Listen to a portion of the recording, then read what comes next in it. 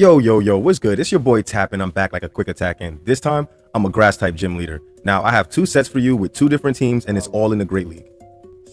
Now, I recently got some advice that the videos are cool, but the audio might be a little off. I think I know what the issue is. I think I might be putting the mic too close to my mouth when I'm recording the videos or whatever. So I'm just gonna stop doing that. Okay, so moving forward, let's think about what we have to do to prepare to be a grass type gym leader. Now, as a grass type gym leader, our grass type moves are super effective against water, ground, and rock type Pokemon. Our grass moves are not very effective against fire, grass, poison, flying, bug, dragon, and steel type Pokemon. The types that are not very effective against us include water, electric, grass, and ground.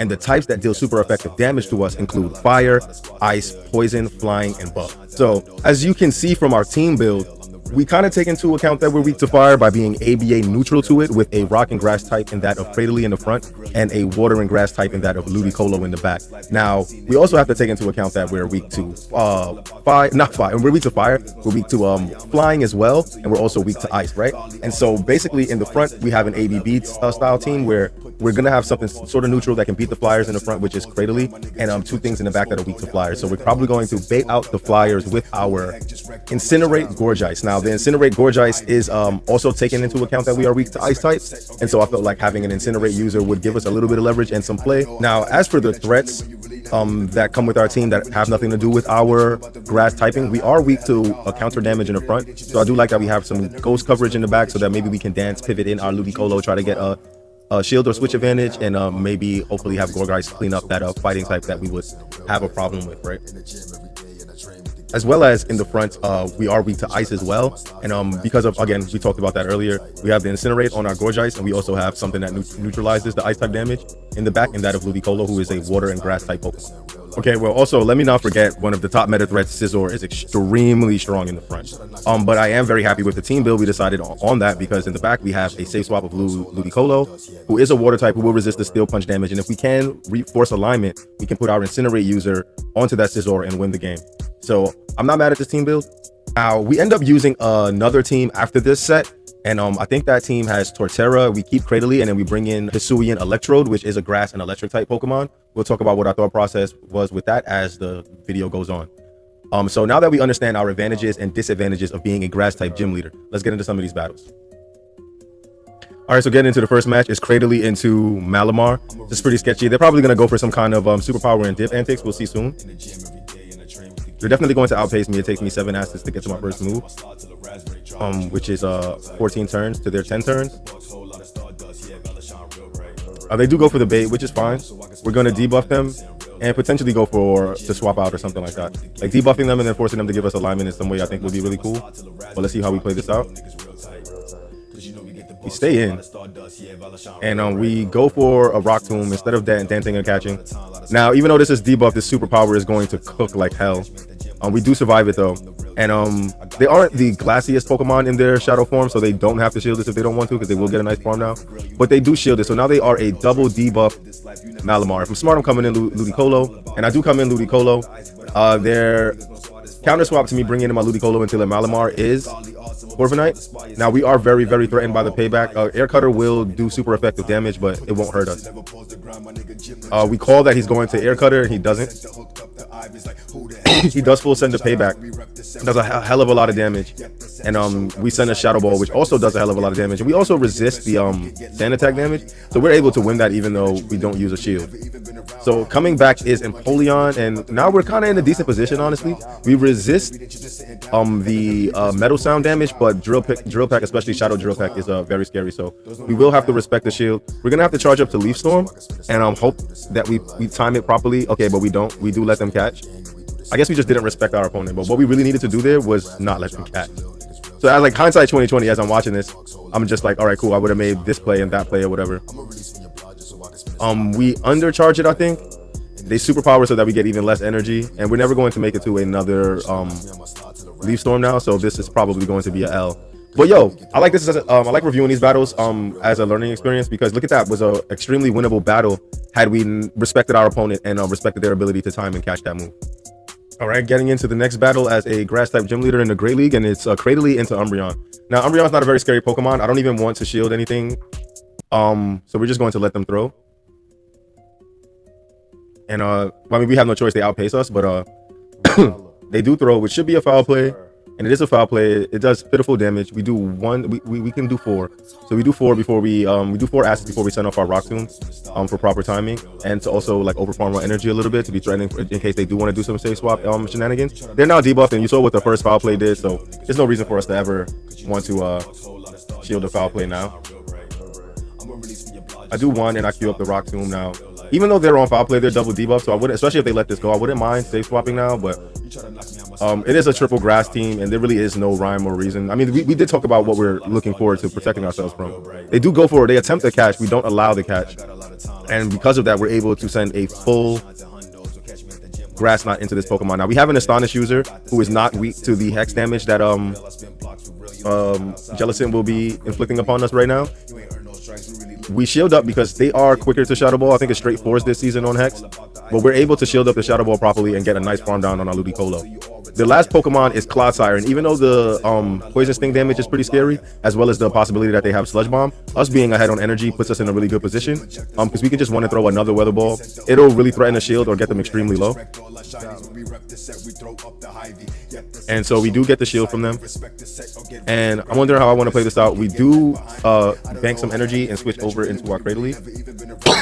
Now, he full sense the Earthquake, and it does take out our Cradily. We're gonna have to wait the timer down now. And we decide that we want a head start on our Gorgeist. Now this is fine. We'll take this foul play, I believe. We don't want to be burning shields. And we live the foul play pretty healthily. Unfortunately, they're able to get to another foul play. I wouldn't mind shielding this so I could really threaten the Clodsire, but also using this as an advantage to get the 1 Astonish head start is also an extremely smart play. So we don't even bank 2 before we throw, which I feel like is the better play, just because you can get the Astonish damage before you send the Weather Ball, and it will guarantee that the Weather Ball is taking them out. But them no shielding the Weather Ball is also the same exact outcome, because now we get those Astonishes we should have did earlier. But yeah, so we win a battle as a grass type gym leader in the Great League. I do like that battle. All right, getting into the next battle as a grass type gym leader in the Great League, and it's Cradily into Gorgeist. Now this is everybody's favorite Incinerate user this season. It's an extra large Gorgeist right here. I'm going to stay in because we're neutral to this damage right now. We don't really have a super safe swap. We're able to fire off this Rock Tomb before they queue up their Shadow Ball. And they just let it go and they keep their energy. Now, they safe swap a Feraligatr, and I'm really interested in, I mean, we have a bunch of Pokemon afraid of Ice Beam. 2 Pokemon afraid of Ice Beam. This one will be neutral Ice Beam, but the Ice Beam would still extremely hurt. I go for a bait instead of full sending a Leaf Storm. Now, the thought process about baiting is supposed to be how bad does your opponent want Switch. It seems like this opponent doesn't want Switch, but in this particular situation, I'm actually not mad about that because look at it puts them in a position that we can farm them down. Their Ice Beam still takes us out, and so we're gonna farm down. I think it would be smart to get the Incinerate so that we can get some energy on another Pokemon, but also at the same time, you never want to show your turd, and I guess I didn't want to show my turd. Now, Shadow Ball will hurt, but it won't really crazy hurt. It puts us in the red. We let them do it to us, and then we safe swap. Oh my god. So we safe swap our Gorgeist because their Gorgeist is slow, so I want to Incinerate theirs down. They don't allow this, and they bring in their Blastoise. Blastoise is a pretty bulky mon in both the Great League and Ultra League, and so he has no reason to be afraid of this damage. I queue up another Seed Bomb before he's able to throw a potential Ice Beam, but normally they're on Skull Bash and Hydro Cannon, so we do resist all the damage here. So I feel like a smart play. I don't know how much I'm respecting myself or my opponent here, but we're respecting the potential Ice Beam. He doesn't have the Ice Beam, and I feel like the potential smart play is to bank up a bunch of energy before we get rid of this Blastoise. They do send another Hydro Cannon. It does way more damage than I would like it to, and we under tap a Seed Bomb. Now, if they shield this, I'm probably gonna pivot out. They do shield it. I'm gonna pivot out, and yeah, it ends up being a bad play actually, because I'm gonna lose a lot of this energy on my Cradily. We're learning together, guys. We're learning together. Let's see, man, because I might want to do this challenge again, and then this time I might want to put myself on an actual challenge, like, man, get to like high elos as a gym leader, like climb to veteran as a gym leader. Right now, I think I'm in the 2200 range, and those plays weren't the best. So getting into the next battle as a grass type gym leader in the Great League. Oh, this time I have Shadow Cradily. All right, I think this might have been an accident, but I have Shadow Cradily, and I believe my Shadow Cradily is on, yeah, I remember my team. My Shadow Cradily is on Bullet Seed. And they safe swap their own Cradily into my Shadow Cradily, and I counter swap my Gorgeist. How do I feel? Now, because of our Ghost typing, the Acid fast move is actually neutral on us, and our Incinerate fast move is actually neutral on them. We're going to send a Shadow Ball, and they actually respect this Shadow Ball. And I'm just like, what do I do here? It's probably best for us to take the shield advantage, but we don't. So now we're going to be double debuffed here. And are we gonna do any dancing antics because of this? Let's see. What's going on, Tap? How we feeling? How we feeling? How we feeling? How we feeling? We send a Shadow Ball. Oh, it still does a substantial amount of damage, and we simul swap. Oh my God, we simul swap our Cradily into their Gorgeist. So far it was Ampharos double grass. So they have a Cradily and a Gorgeist as well. Very interesting to match up against this trainer. We get to debuff them before they can throw any damage at us.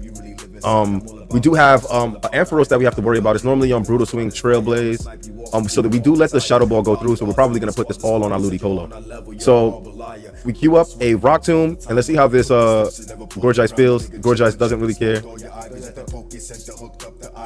Ampharos comes back in, and even though this is resisted Volt Switch damage, it's doing a lot. We're able to, though, anticipate them trying to catch our move, and we save our Rock Tomb. So when we have a Rock Tomb loaded on our Cradily, which is pretty sick. Their Rock Tomb is going to hurt us, pretty much takes us to below half health. We should commit to a farm down here. Oh, damn. Well, this is fine too, though, because we don't want that. Okay. I guess we don't want to lose this energy, but I would. Oh yeah, our elastic Pokemon are really low, so we have to send this Leaf Storm. Okay, yeah, elastic Pokemon is really low, so we do know what we're doing while we're in the moment. We do know what we're doing, and so this Leaf Storm should guarantee. Oh my God, it should have guaranteed a shield, but I guess they remembered that we had loaded energy on our Cradily, and they were hoping for a Weather Ball bait, which I guess was their win condition. GG to our opponent. We win as a Grass type Gym Leader. Okay, getting into the next battle as a Grass type Gym Leader, and it's our correct Cradily this time. It's our Acid Cradily into Florges. Now they safe swap a Jellicent, and this isn't really a counter. I wonder though. I mean, it takes 2 moves to get rid of them anyway, so baiting is fine here actually. Even if they call this, it really takes 2 moves to get rid of this thing. So we do debuff it, which I love this play here because we have our Astonished Ludicolo here. And so we debuff it, making it so that we don't have to respect this Shadow Ball right away. We might have to respect a second Shadow Ball, but definitely not the first Shadow Ball. And look, we handled it a lot better than we did last time. They're able to get to another one, so we do throw up a shield. So we're going to throw up the shield and commit to the farm down. So spammy with Shadow Ball this season. We're able to easily get the farm down because Astonish is an incredible fast move. And they come in with their Florges now. Do I really respect this bait when they're normally on Chilling Water Trailblaze and we have 2 really strong Pokemon into this? I don't respect this bait. I don't respect this bait at all. Because, I mean, maybe we didn't realize it in the moment, but we have a really strong answer in that of Gorgeist to Florges. Because most of them are on Chilling Water Trailblaze. They don't really carry Disarming Voice or Moonblast. So we're normally safe in that particular situation. And they do show the Trailblaze. We have energy. They end up having a Scizor, so I'm glad we didn't show our Incinerate user. Yo, they end up having a Scizor in the back, dude. Oh man, that's actually fantastic, dude. So yeah, we win another battle as a Grass type Gym Leader because we thought about this. And it's crazy, right? Sometimes you build around the meta, and sometimes you don't see what you built around, but then sometimes you get lucky and you actually do get to like experience your strategies working in real time because of like meta reads and like meta decisions and stuff. I really enjoyed this. Now I want to say we had some kind of crazy thought process around this new team that we're using in the Great League, but I kind of think I really just wanted to use a different Pokemon. What it's looking like though is I have a Pokemon weak to flying in the front in our Mud Slapper of Torterra, and like some pseudo answers to flying in the back with our Electric Grass and our Rock type in the back. So maybe there was some sort of a thought process behind it, but I do believe I just wanted to use different Pokemon. So we lead Torterra into Shadow Cradily. Now we were just using Shadow Cradily in the last set. We're now seeing Shadow Cradily on the lead in this next set, and they are on Acid. Now because Torterra does not really have that much bulk in the Great League, these acids are really chunking, like they're super effective, but at the same time our Mud Slaps are cooking as well. They don't bait, and I guess I kind of just thought they might be horny like everyone else, and they might just want the debuff, but this trainer was not hungry for the debuff, and they really went straight for their Shadow Grass. Not respect to this trainer. They also don't respect what could have potentially been a Sand Tomb. So I come in with my own Cradily and I get my own acid down, so we have a head start here. And I like that we bait out this Clodsire because we would not have a good time with our Electrode onto that Clodsire, as our moveset is Thunder Shock, I believe, or Volt Switch. We'll see in a second. But I do know that the charge moves are Swift and the Wild Charge, so we be in a really bad predicament. So right now I'm knowing that they're never going to shield the first move, so I go for Grass Knot. I do think that we can win this matchup if we decide to debuff them. So we do debuff them once, and I think after this one debuff we should just go straight Grass Knot. Let's see. Okay, and then it's crazy because they thought, because we went grass knot the first time, because we knew they wouldn't shield the first time, they thought, hey, we might as well shield one of these to keep some health, but it ended up being a rock tomb this time. The mind games in GBL are what make this game so crazy and so fun. I actually want to talk about that at the high level. Like, I watched some of my friends who are like an extremely high level, but let's continue. But anyway, you know, watching two people who are like amazing at the gameplay, it's a crazy thing to like think about, talk about. But that is off a tangent. And so we do get this extremely low. I just do want to win this matchup. I don't want Quad Sire to see my Hisuian Electrode at all. So we're able to see a Feraligatr come in, and this is scary because we let him get a crazy head start, like, and he does shield. Now we have to stay. I think we lose this. We try to catch, but he doesn't. He knows he doesn't need to. And damn, we're gonna get Ice Beam here, and I don't like the way I played this. But he's on crunch. So he's on crunch, but yeah, and it's crazy because of the way we didn't switch out right away. I guess we did need to get a shield, but because we didn't switch out right away, this battle is extremely painful. This battle is extremely painful, but we do lose as a but I hope me and you both learn from this.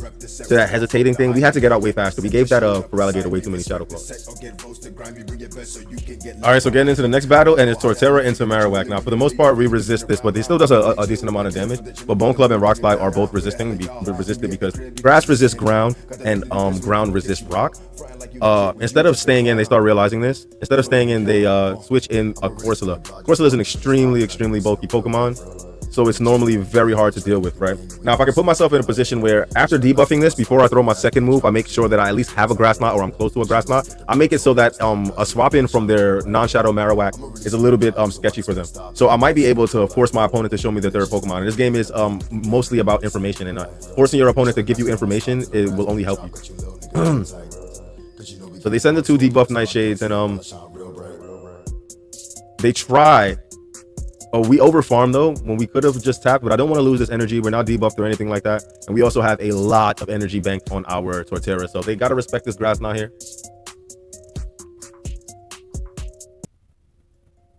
They don't respect the Grass Knot, so we're able to throw the Grass Knot and then commit to a farm down with our assets. The third Pokemon being Jellicent puts us in a really good position because we have a lot of super effective damage. We never spent any of our energy on our Torterra as well, and they don't even respect that. So now we can just guarantee these shields here. Yeah, I think we should respect this damage. It ends up really being the Shadow Ball, so I'm very happy that we respect this damage. They come in Corsola. We're able to... We have two Frenzy Plants, so we're able to throw one right away. Let's see if they know. It seems like they don't know, so we're able to just throw the next Frenzy Plant right away. This puts us in an amazing position. If they throw this shield up, all we have to do is make sure we get rid of this Corsola, and then we just have to get to a Wild Charge on that Jellicent, and it will be enough damage to get rid of it. Corsola puts us in a really good position by taking us out while they're on 1 HP. So our smart play would be to get a Snipe down with our Hisuian Electrode. They do have another move, but getting this Snipe down with our Hisuian Electrode is still our best bet. They have Rock Blast. It doesn't do enough damage to threaten anything. And I guess our opponent left the match. Looks like our opponent just left. We didn't even need a Wild Charge, honestly. But yeah, it looks like our opponent just left. Yo, GG's to our opponent. Alright, yo, getting into the next battle as a Grass type gym leader. And it's Torterra into Pidgeot. This is a nightmare. But we did plan for this, right? So we can save swap our Cradily almost right away. And we save swap our Cradily. They stay in a bit. They do 1, 2, there's 3, Gust, 4, Gust. We're able to throw a Rock Tomb before they're able to either Feather Dance, debuff us, Air Cutter, or Brave Bird. They decide to let that through, and there was no bait to call there, so maybe they have another strong answer to Torterra in the back. Now, instead of Grass Knotting here, this shiny Steelix comes in, and I debuff it, and I wonder why. But I really, I get it. It's locked in. We'll be able to debuff it and then Mud Slap it down because we're going to be triple resisting the Thunderfang damage because we are grass and ground. Grass is supposed to be immune to electricity, but without immunity, that 2x resistance and the grass 1x resistance, it makes it a triple resistance. There's been other videos where I have called immunities triple resistances, but that's because just understanding immunities. I'm from main series Pokemon, like I play main series mostly, so I look at things as immunities, and so I just missay the words when I say triple resistance. But it should be a double. This should definitely be an actual triple resistance because of my grass and ground typing, the immunity plus the resistance in this game being a triple resistance. So they come back in with their Pidgeot and they're able to align their Pidgeot onto our Torterra, which is really unfortunate for us. Now we come in with our electrode and we're able to get a 2 Thundershock head start on whatever the okay. And I don't think this is winnable, but let's see how this goes. We wild charge. It does a decent amount of damage. We do have energy on our Cradily. Last time they didn't respect the potential Grass Knot, and they don't again, and they completely lose. They completely lose their Steelix. Now I know that it takes 2 moves to get rid of this thing anyway, so permanently debuffing this, I'm jealous in because it's the last Pokemon is probably the smartest play.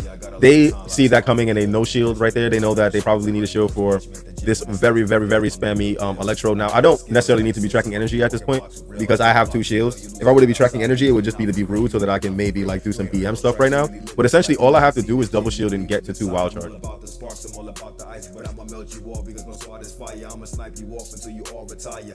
I decided to call it surf bait though in the moment, and because I called it surf bait and my opponent respects it and they concede the match and we win another battle as a grass type gym leader. That was actually really satisfying back, but we ended up winning. All right, so getting into the next battle with our Torterra into Zweilous, and pretty neutral. I mean, they're not the bulkiest Pokemon, so I could even go straight Frenzy Plant here. They throw really fast, so I'm assuming this is Body Slam. And so they send a Body Slam, and they're actually also doing some very healthy neutral damage. Now I opt for the Stone Edge, but hindsight 2020, this Pokemon does not want to take a Frenzy Plant either. But they end up no shielding the Stone Edge, and they come in with a Talent Flame to try to attempt for a head start. I don't allow this head start, and they understand that it's game over. Maybe the last Pokemon was something that Cradily also didn't want to see, and they respect it, and we win another battle as a grass type gym leader. And so we're able to claim 4-1 as a grass type gym leader in the Great League. I enjoyed the outfit. I enjoyed the teams that we decided to use.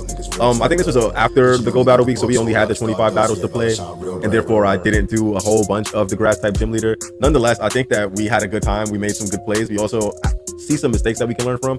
If you've enjoyed this video, please like, subscribe, share with your friends on Pokemon Go, Campfire, Discord, whatever. I'm live every day at 9:30 p.m. EST, like between 9:30 and 10 p.m. EST on Twitch every day, where I am continuing to do challenges like this. The upcoming challenge being a wrong moveset challenge, and I've got some other challenges that I won't talk about yet in the works, man.